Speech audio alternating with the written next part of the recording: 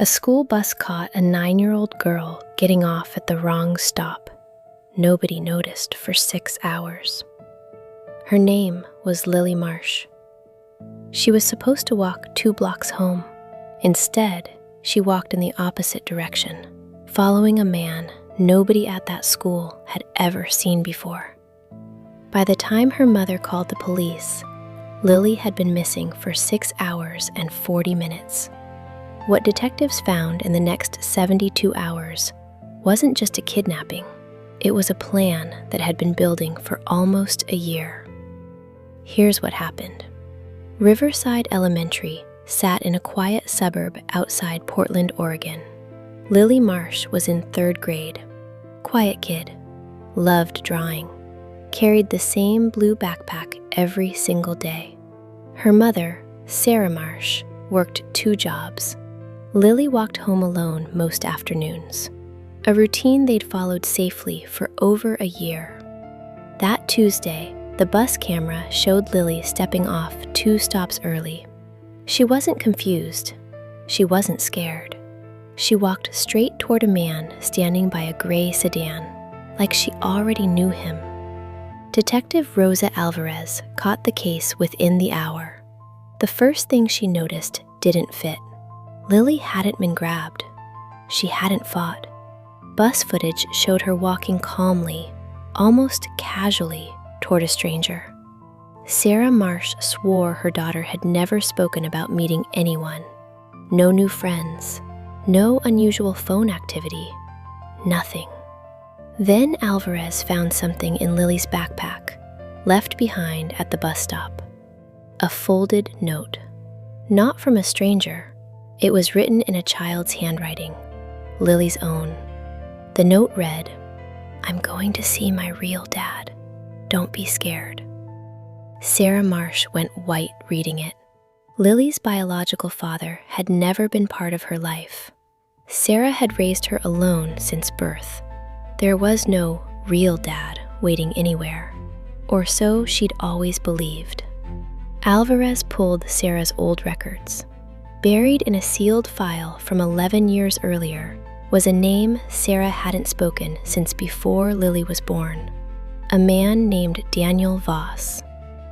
Daniel Voss wasn't Lily's father. He'd never even met Sarah in person.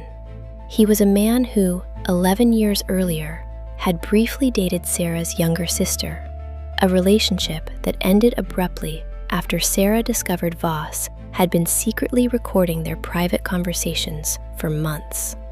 Sarah's sister cut all contact. Voss disappeared from their lives entirely, until 8 months ago, when he found Lily's public school art page online.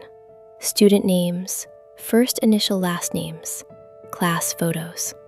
He'd spent months building a fake identity, comments on Lily's artwork, a fake old family friend email account, slowly convincing a 9-year-old through patient online messages that he was a father she'd not.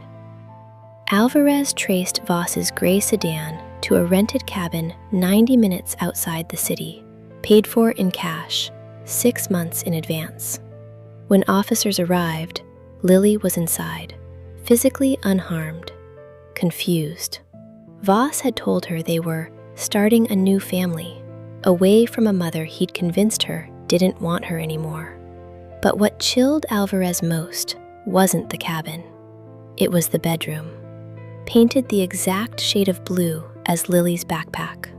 Shelves lined with art supplies, matching exactly what Lily used at school. A bed already made with sheets covered in a pattern Lily had once drawn and posted publicly months earlier. Voss hadn't planned to keep her for a weekend. He'd built her an entire life there. Voss surrendered without resistance. Lily was reunited with her mother within the hour, physically safe, but deeply confused about who to trust.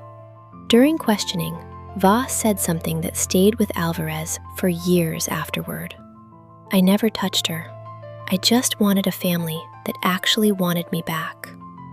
Investigators later confirmed Voss had done this before, twice with 2 other children in different states.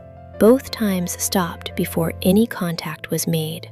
Both cases quietly closed with no charges due to insufficient evidence at the time. This was the first time he'd actually succeeded in making contact. He was charged with kidnapping, and prosecutors used the 2 prior incidents to argue a pattern of predatory behavior spanning years. This is Jejennah never known. Voss was sentenced to 22 years. Lily, now in therapy, still struggles to understand why she trusted a stranger over instinct. Sarah Marsh has since made Lily's aunt private. She checks every account her daughter uses. She says the hardest part wasn't the 6 hours Lily was missing. It was learning that a predator had studied her daughter's entire personality, her favorite color, her drawings, her loneliness, for 8 months, without either of them ever suspecting a thing. This has been The Dark Truth Files. This story is fiction, but the pattern it reflects is real. Predators don't always take. Sometimes they wait, watch, and let a child walk toward them willingly. Stay aware. Know what your children share online. Some dangers don't come running.